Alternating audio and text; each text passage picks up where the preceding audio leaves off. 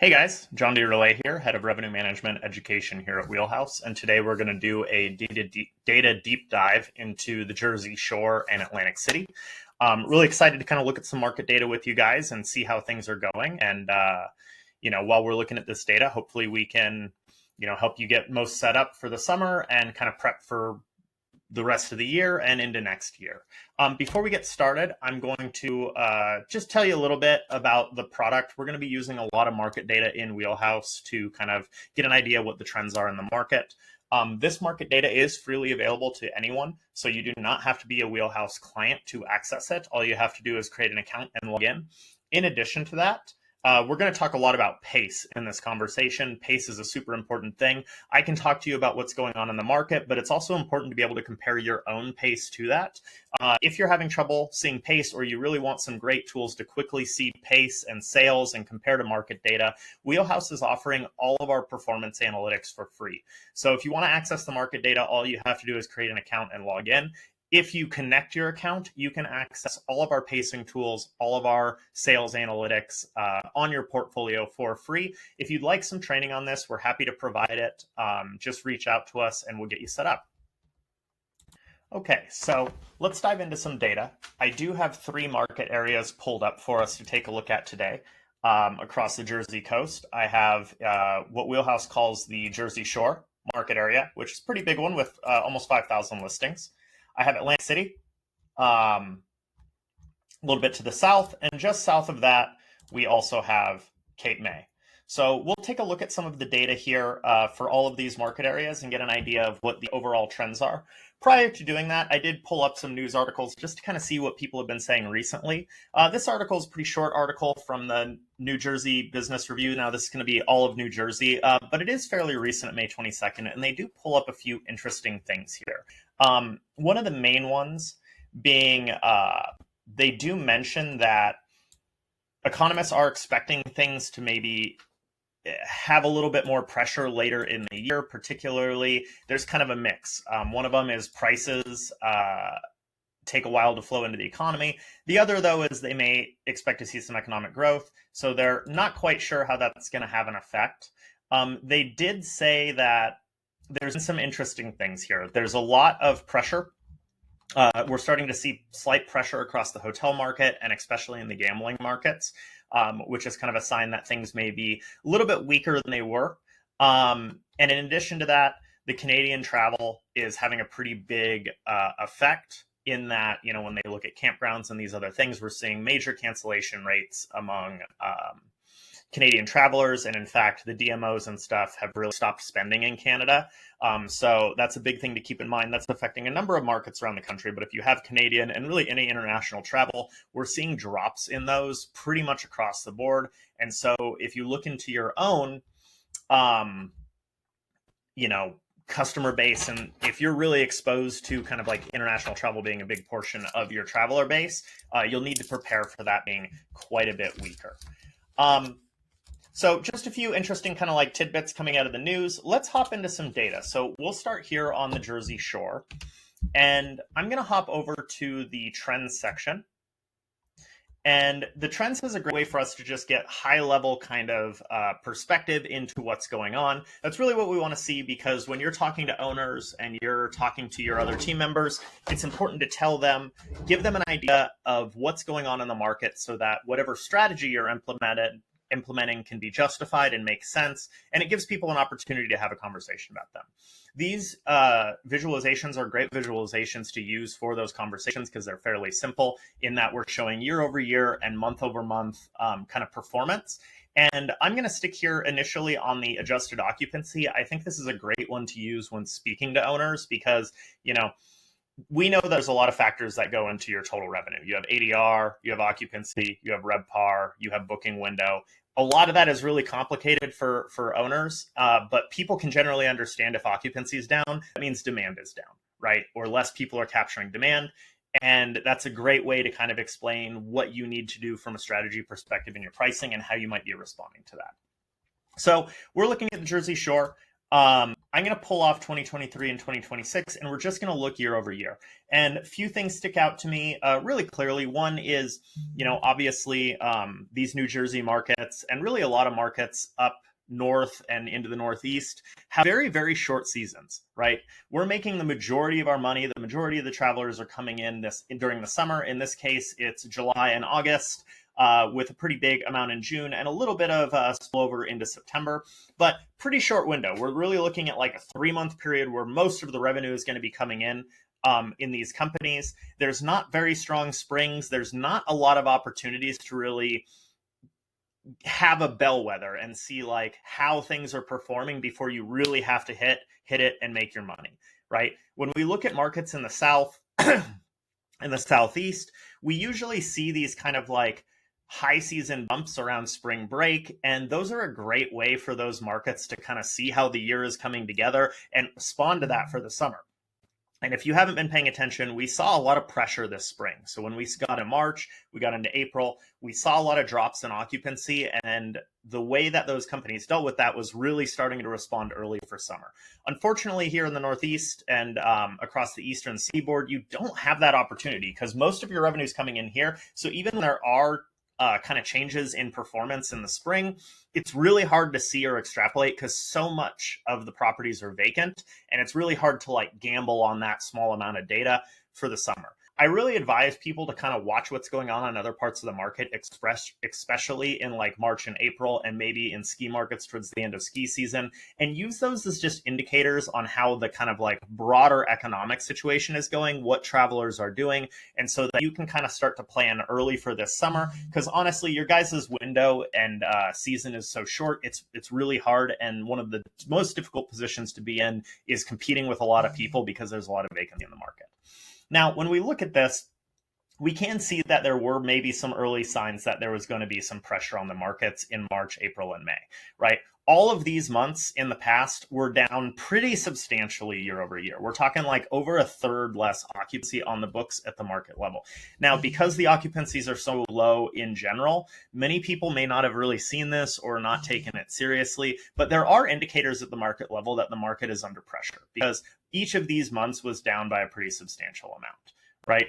When we look at the top performing listings, we even see that trend here. So they're much more occupied than other listings in the market, but we're seeing here pretty big adjustments in March, pretty big adjustment downward in April. That's even with Easter moving, so we don't see any really like pickup in relation to that to kind of cover for its loss in March, and May retains about the same drop. So across the board, we're kind of seeing a weak spring, and those are some early signals if you're looking at market data that you maybe need to be looking a little further out into the summer. Now, the big question is, as we get into these summer months, is how are we pacing here? And I went ahead and pulled up some pacing data. There's a way that you can do that. Basically, I took the 2024 occupancy rate, and I went over here to this historical trends section, and went to the lead time distribution and went to last year's distribution of like booking windows. And, we're 10 days, roughly 10 days before the end of June. So I took the inverse of this, which is 88%. And so what we do is we find 88% of the 2024 occupancy, 46%, and that'll give us like the rough pace of where the market was at this time.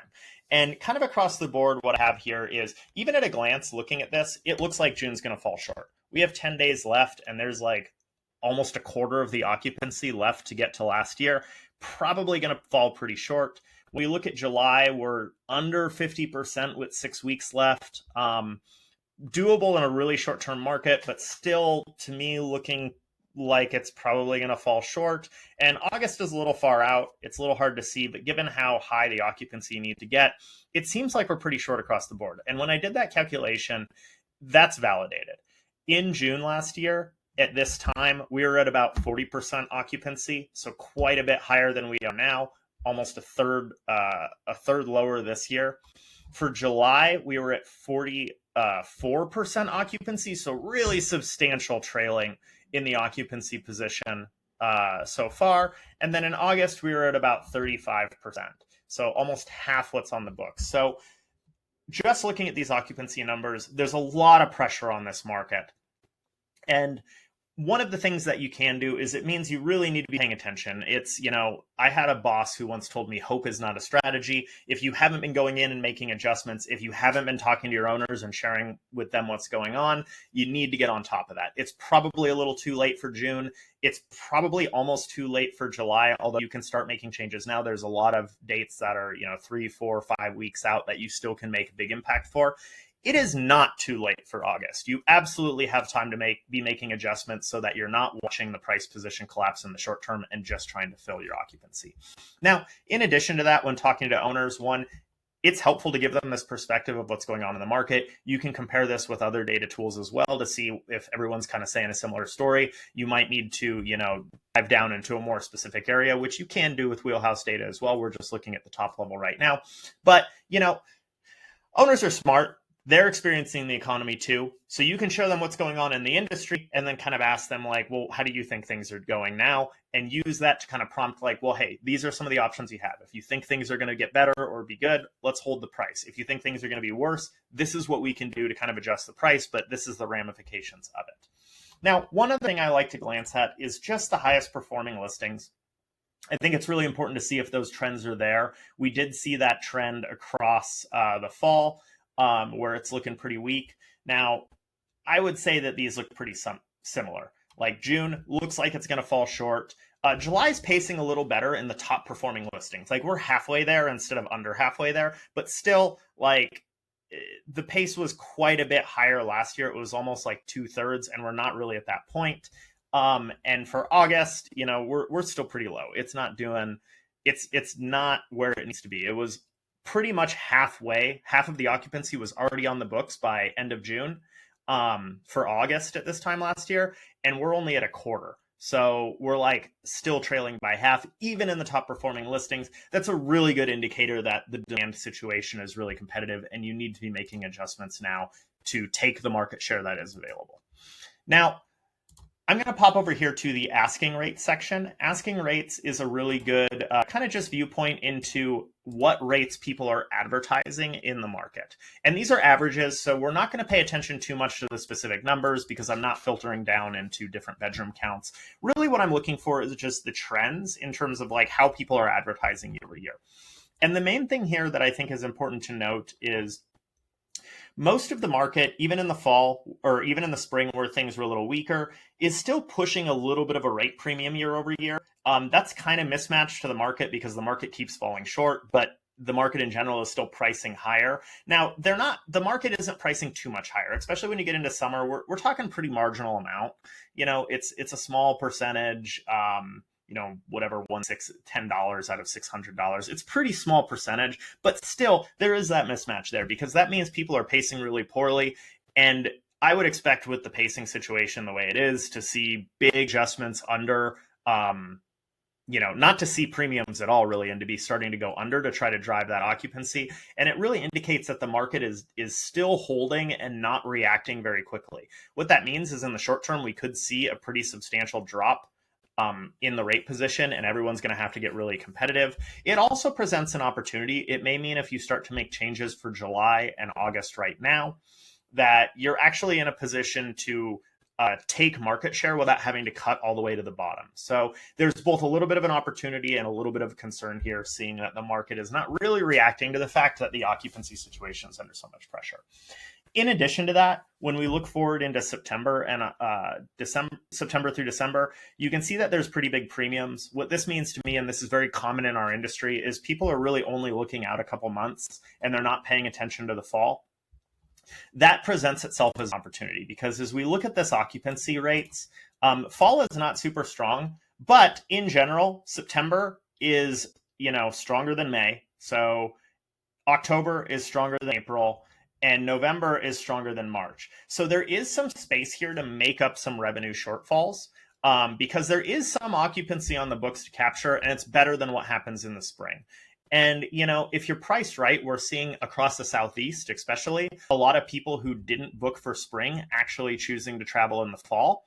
But they're doing it if you're priced right. So if you're finding that you have revenue shortfalls, I'd really recommend spending some time and looking at your fall pricing and making sure you're really competitive. Don't have big premiums over what you did last year. Set your prices to be really, really good and take the market share really, really much closer to where you were actualizing last year than even where you were pricing, and just try to take that market share, because that's an opportunity for you to make up some revenue. Now there are people looking, and you can see in the pricing that people just, the market in general is not pricing to be competitive at that time now. So there's a lot of opportunity for you if you just spend a little bit of time getting those prices in line. Now, one last thing I want to look here before we move on is let's just take a look at what's going on in the highest performing groups. If you recall, the highest performing groups were also not pacing very well, but you do see a little bit of a different trend here, particularly in the summer. You can see that those premiums, even the slight premiums that were in the summer, are starting to fall away. They're already making significant adjustments in August, but still not really looking out past September. So a few things here. One, the highest performing listings are already starting to fall a little bit lower. They're already cutting down and still not pacing well. It means that that's a really big indicator that there's a lot of pressure in this market. But again, that opportunity still exists, because even the top performing listings aren't really looking out far enough and thinking of fall as a potential opportunity to make up for any shortfalls in the spring and the summer. Okay, so pretty interesting. Unfortunately, not great news, but there is some time to make some changes. Let's hop down to Atlantic City and take a look at what we see here. This is going to be a little smaller market for Wheelhouse, but still fairly sizable. And let's hop over to the trend section and just take a look at what we've got. So most of the high level stuff that I talked about is going to apply. We're looking at all the same areas. So we have this really short summer season. We do see some attrition across the fall, although a little bit mixed. April does pick up a little extra, so we see a little bit more around that Easter time period, but still kind of falling short. Now, we do look like we're in a little better position for June in Atlantic City, right? So June is at 36% out of 48% with 10 days left. Last year at this time, we were about 39.9. So we're still trailing a bit, but definitely not as much. It's a good signal that if you have properties in the Atlantic City areas, that short-term window might be looking really strong. And even though the markets are trailing a little bit, there's a lot to gain in the short-term window that can kind of maybe make up for that.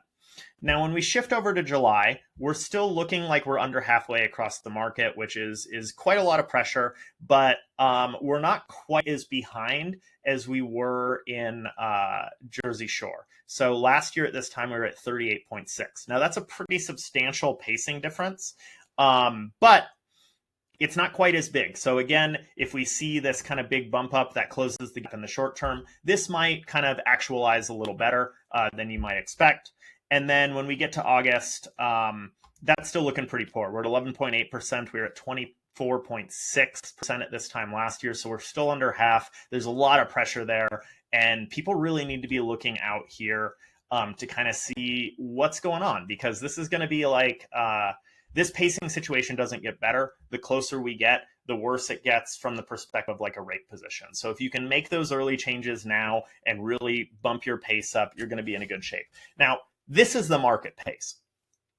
I'm not showing you your specific portfolio pace, but you do need to correlate that as well. Because if you're pacing ahead of what you did last year, you may be in a very different situation than if you're pacing way behind, and that's really going to change how you affect things. I mentioned at the beginning of this call, if you don't have a good way to see your own pace, talk to Wheelhouse. We offer our pacing and performance analytics tools for free now.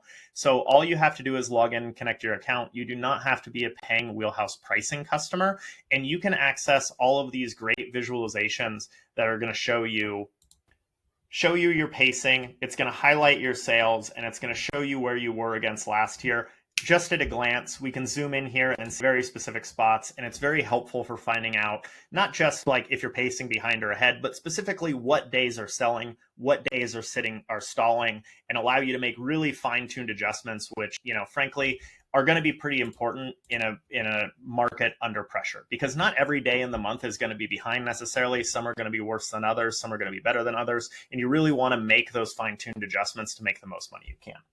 Now, back in Atlantic City, I just want to take a quick look at the asking rate situation here and see if we see some differences. I think the most interesting thing here is Atlantic City is adjusting a little bit more across the market. We see that they held these premiums in the spring, but that didn't come in as well. And already market wide, they're dropping rates in June, July, and August.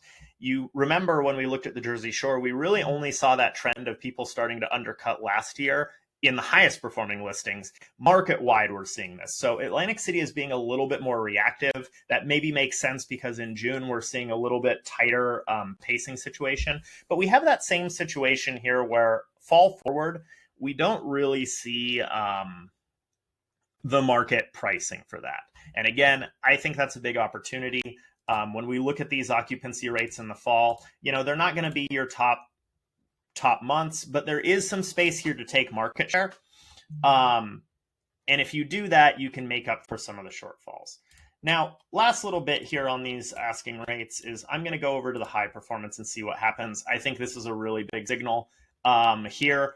And it's also a bigger signal that Atlantic City is operating a little different than the Jersey Shore. You can see that these top performing properties, the top maybe 15, 20%, they're actually starting to undercut their rates across summer pretty substantially. So this is an indicator that even the top performers are seeing big pacing problems. They're making adjustments across the summer to try to take as much of the market share as possible from you. So to take the occupancy, because they know that even though it's coming in at a lower rate, that occupancy is going to be worth far more than being vacant, and they're going to try to make someone else vacant.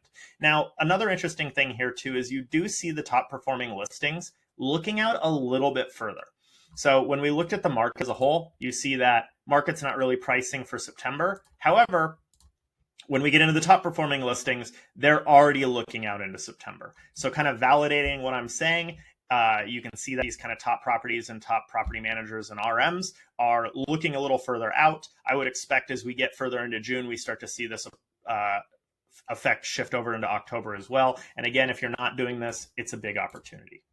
Kind of last piece here, I didn't check this before, but I did want to check the trends on the highest performing occupancies for Atlantic City because we do know that they're cutting the rates. We're not seeing a very different trend in terms of the pace though. So another symbol that really it's going to be a trench battle this year here. And if you're not paying attention to your revenue on a weekly basis, if you're not watching your own pace and sales, if you don't have good tools to do that, you really need to get on top of it because this short season is going to go by real quick. All right. Last market area we're going to look at today is Wheelhouse is calling it Cape May. So we're looking at this southern part here, just under the Atlantic City market. This is a pretty big market, 5,000 listings as well. So we'll hop over to the trends section and see what's going on in the occupancy. I'm not going to belabor a kind of difficult point here because, we're all in the same kind of area. So we know the seasonality is here, but similar trends again, weakness through spring. Cape May area actually gets a little bit better April, again, than Jersey Shore, kind of in line with Atlantic City. And then we see these kind of pace difficulties. Now, there's a few things that look a little better here, but I'll tell you the pacing and we'll see if that's really the case. So June, a little bit of a gap here, not as big as some of the other gaps we've seen, but last year at this time we were at 48%. So we are still pacing behind. Not as bad as the Jersey Shore, probably more in line with Atlantic City. Generally, this market has a little higher occupancy for the summer kind of time period, and we're still pacing behind a little bit. When we get to July, I would again say that we're well over halfway here, so we're actually looking pretty good compared to some of the other markets, but still pacing behind because this is a market area where the booking windows are actually a little bit further out traditionally. Last year at this time, we were at 59%. So there's still a pretty big gap to make up here, even though we're looking like we're in a better shape than the Jersey Shore and the Atlantic City markets. When we get over to August, this one got quite a bit more on the books than our other markets. If you remember, Jersey Shore was at 13%. Atlantic City was at 11%, and those were both pretty substantially behind. When we look over here at Cape May, we're at 20% occupancy on the books for August. So looking a lot better overall, but the pacing is still substantially behind because this booking window was further. Last year at this time in June, we were between 40 and 45% occupancy on the books.